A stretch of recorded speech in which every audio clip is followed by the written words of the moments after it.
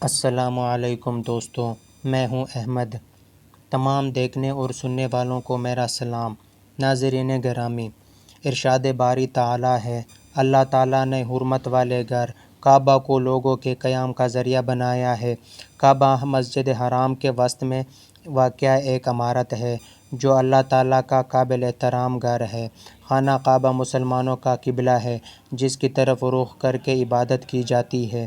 یہ مسلمانوں کا مقدس ترین مقام ہے جس کی زندگی میں ایک مرتبہ زیارت ہر صاحب حیثیت مسلمان پر فرض ہے۔ اس کے بلند اور نمایاں ہونے کی وجہ سے اسے کعبہ کہا جاتا ہے۔ اسے بیت العتیق بھی کہا جاتا ہے کیونکہ اللہ تعالیٰ نے اسے کافر بادشاہوں سے آزاد رکھا ہے۔ سیدنا عبداللہ بن زبیر رضی اللہ تعالیٰ عنہ سے روایت ہے کہ نبی کریم صلی اللہ علیہ وآلہ وسلم نے فرمایا، کعبہ کو بیت العتیق اس لیے کہا گیا ہے کہ کوئی کافر بادشاہ اس پر قابض نہیں ہوا۔ کعبہ اس کمرے کا نام نہیں جس پر سیاہ غلاف ہے، بلکہ وہ ایک حقیقت، تجلی و حق و مخفی ہے جس کا یہ ظاہری کعبہ مظہر ہے اور تجلی حق کا اظہار نبی کریم صلی اللہ علیہ وآلہ وسلم نے یوں کیا ہے کہ تخلیق ارض و سماوات سے پہلے پانی ہی پانی تھا جس پر عرش الہی تھا، اور اللہ تعالیٰ نے حضرت جبرائیل علیہ السلام کو حکم فرمایا کہ زمین بچھاؤ، لیکن اس کا آغاز نورانی جھاگ کے بلبلے سے کرو جو اس وقت پانی کے اوپر نمایاں طور پر چمک رہا تھا۔ وہ نورانی بلبلہ حضور اکرم صلی اللہ علیہ وآلہ وسلم کا بشری خمیر تھا۔ وہ اسی مقام پر تھا جہاں خانہ کعبہ ہے۔ کعبہ معظمہ کی عظمت بواسطہ مصطفیٰ ہے، اس لیے ہم کہتے ہیں کہ حضور اکرم صلی اللہ علیہ وآلہ وسلم کعبہ کے بھی کعبہ ہیں۔ خانہ کعبہ کے کئی نام ہیں: کعبہ، بیت العتیق، بیت اللہ شریف۔ سب سے پہلے بیت اللہ شریف کی تعمیر کی سعادت فرشتوں نے حاصل کی۔ اللہ تعالیٰ نے فرشتوں کو حکم فرمایا کہ بیت المعمور کی مانند زمین پر میرا گھر بناؤ۔ چنانچہ فرشتوں نے حکم الہی کی تعمیل کی، اور جب یہ مقدس گھر تیار ہو گیا تو اللہ تعالیٰ نے زمین پر رہنے والی مخلوق کو حکم دیا کہ میرے گھر کا طواف کرو، جیسا کہ آسمانی مخلوق فرشتے بیت المعمور کا طواف کرتے ہیں۔ فرشتوں کی تعمیر کے بعد حضرت آدم علیہ السلام نے بیت اللہ شریف کو تعمیر کیا۔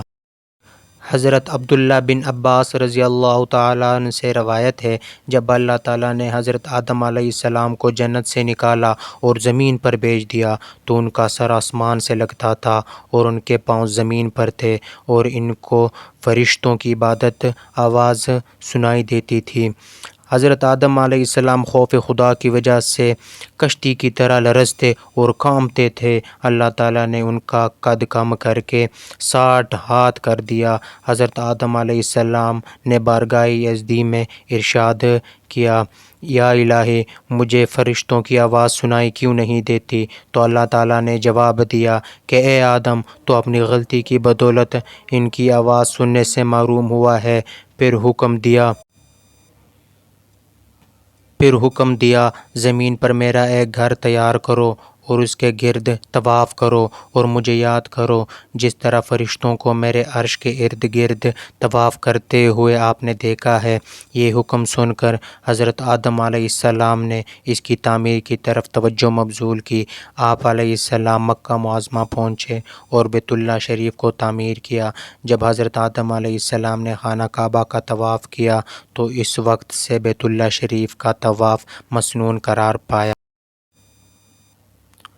مجاہد سے روایت ہے کہ حضرت نوح علیہ السلام کے زمانے میں طوفان کی آمد سے کعبہ شریف منہدم ہو کر پوشیدہ ہو گیا، مگر حجر اسود کو حضرت جبرائیل علیہ السلام نے جبل ابو قیس میں بحفاظت رکھ دیا۔ طوفان ختم ہونے کے بعد خانہ کعبہ کے مقام پر سرخ رنگ کا ٹیلہ نمودار ہو گیا جس کے اوپر سیلاب کا پانی نہیں چڑھا تھا۔ البتہ لوگوں کو علم تھا کہ یہ بیت اللہ کی جگہ ہے، لیکن اس کی بنیادیں غائب تھی۔ جو آدمی وہاں آ کر دعا کرتا اس کی دعا مستجاب ہوتی تھی، اور حضرت ابراہیم علیہ السلام کے زمانے تک یوں ہی رہا۔ جب حضرت ابراہیم علیہ السلام کی عمر 90 برس ہوئی تو اللہ تعالیٰ نے انہیں ایک فرزند سے نوازا جس کا نام اسماعیل علیہ السلام رکھا گیا۔ یہ وہی فرزند ہیں جنہوں نے بڑے ہو کر اپنے والد حضرت ابراہیم علیہ السلام کے ساتھ مل کر بیت اللہ شریف کی تعمیر کی۔ حضرت ابراہیم علیہ السلام اس کی تعمیر سے پہلے حضرت اسماعیل علیہ السلام اور حضرت ہاجرہ کو حکم الہی کے مطابق بیت اللہ شریف چھوڑ آئے، جو اس وقت ایک ٹیلہ کی شکل میں نظر آتا تھا۔ جب حضرت ابراہیم علیہ السلام کو بیت اللہ شریف کی تعمیر کا حکم ہوا تو آپ علیہ السلام مکہ مکرمہ اپنے بیٹے سے حضرت اسماعیل علیہ السلام کے پاس پہنچے اور انہیں بتایا کہ اللہ تعالیٰ نے حکم دیا ہے کہ اس کا گھر تیار کرو۔ انہوں نے جواب دیا کہ آپ علیہ السلام کو جو حکم ملا ہے اس کی تعمیل کیجیے۔ یہ سن کر حضرت ابراہیم علیہ السلام نے بتایا کہ تجھے بھی حکم ہوا ہے کہ میری مدد کر، کیونکہ اللہ تعالیٰ کا فرمان ہے۔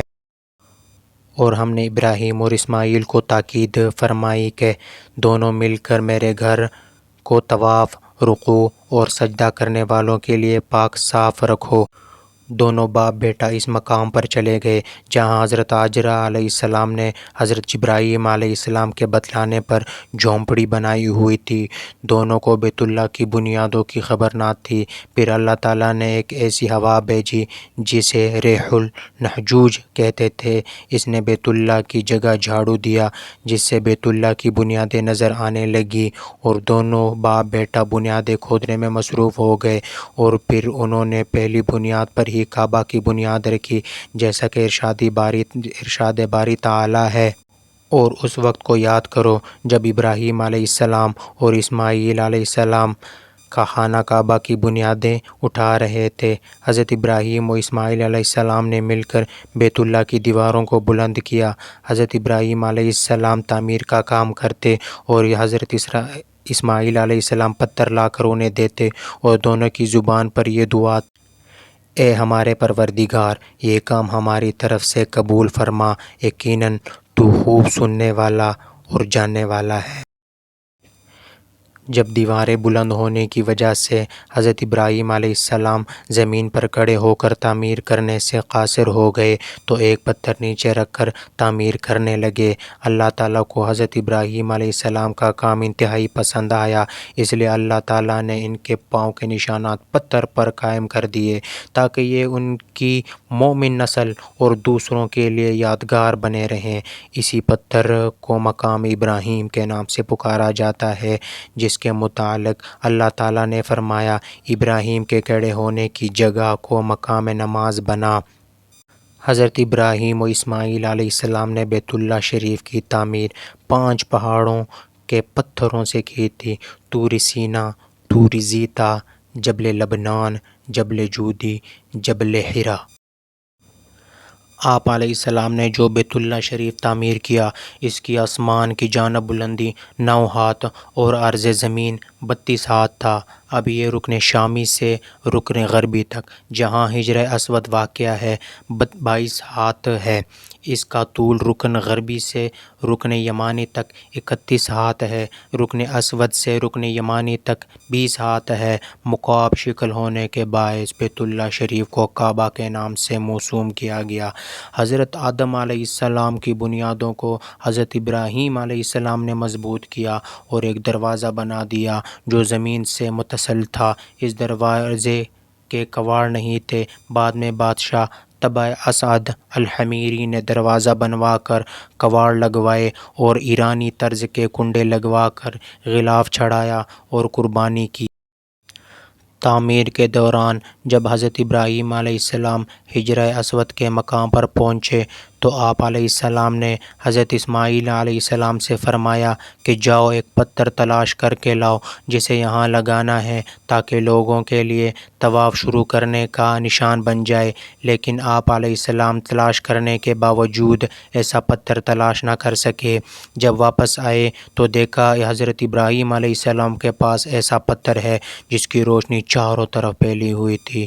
پوچھا: ابا جان، یہ پتھر کہاں سے آیا؟ حضرت ابراہیم علیہ السلام نے فرمایا: اسے وہ لایا ہے جس نے مجھے تجھ پر بھروسہ کرنے سے بے نیاز کر دیا، یعنی جبرائیل علیہ السلام لائے ہیں۔ حجر اسود اس قدر سفید تھا کہ اس کی روشنی مشرق سے مغرب اور شمال سے جنوب تک پھیلی ہوئی تھی۔ اس کے سیاہ ہو جانے کی وجہ یہ ہوئی کہ دور جاہلیت اور دور اسلام میں یہ کئی دفعہ آگ کی لپیٹ میں آیا۔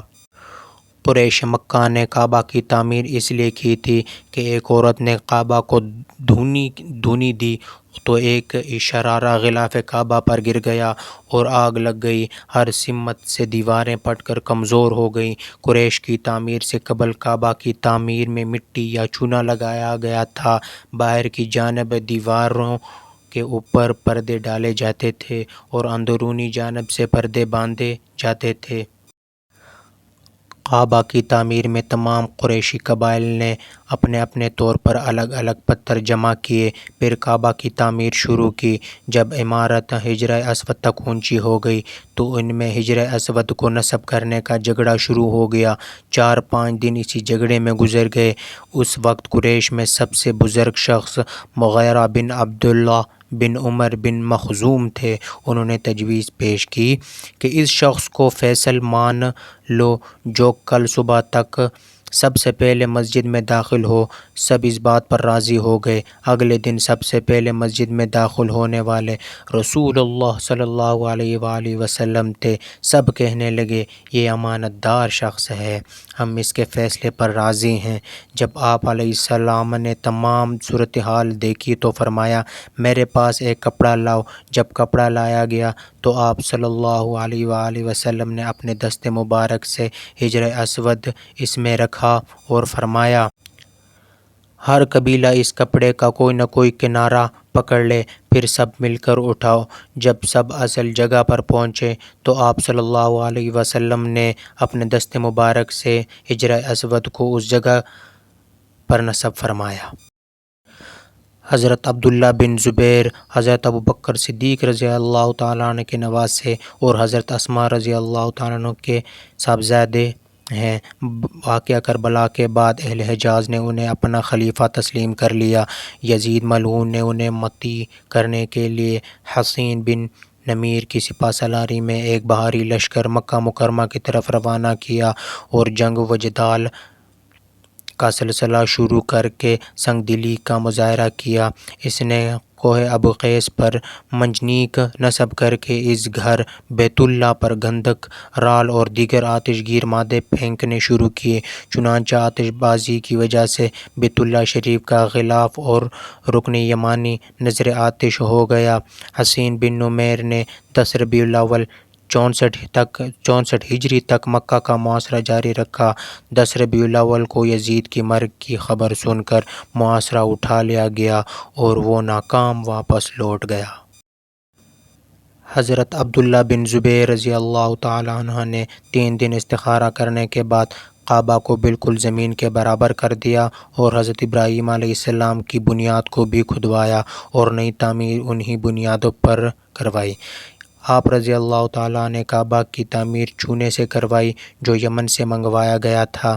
جب آپ رضی اللہ تعالیٰ نے تعمیر سے فارغ ہو گئے تو آپ رضی اللہ تعالیٰ نے اس کے اندر مشک بھروایا اور دیواروں کو باہر کی جانب سے مشک سے لپوایا اور کتان مصری کے غلاف چھڑوایا۔ اس دن بہت سے غلام آزاد کیے گئے، بہت سے اونٹ اور بکریاں ذبح کی گئی۔ حضرت ابن زبیر اور بہت سے قریش ننگے پاؤں مسجد عائشہ پہنچے اور عمرہ کا احرام باندھا کہ اللہ تعالیٰ نے انہیں ابراہیمی تعمیر پر تعمیر کی سعادت بخشی۔ حضرت عبداللہ بن زبیر رضی اللہ تعالیٰ عنہ نے 3 دن استخارہ کرنے کے بعد کعبہ کو بالکل زمین کے برابر کر دیا اور حضرت ابراہیم علیہ السلام کی بنیاد کو بھی کھدوایا اور نئی تعمیر انہی بنیادوں پر کروائی۔ آپ رضی اللہ تعالیٰ نے کعبہ کی تعمیر چونے سے کروائی جو یمن سے منگوایا گیا تھا۔ جب آپ رضی اللہ تعالیٰ نے تعمیر سے فارغ ہو گئے تو آپ رضی اللہ تعالیٰ نے اس کے اندر مشک بھروایا اور دیواروں کو باہر کی جانب سے مشک سے لپوایا اور کتان مصری کے غلاف چھڑوایا۔ اس دن بہت سے غلام آزاد کیے گئے، بہت سے اونٹ اور بکریاں ذبح کی گئی۔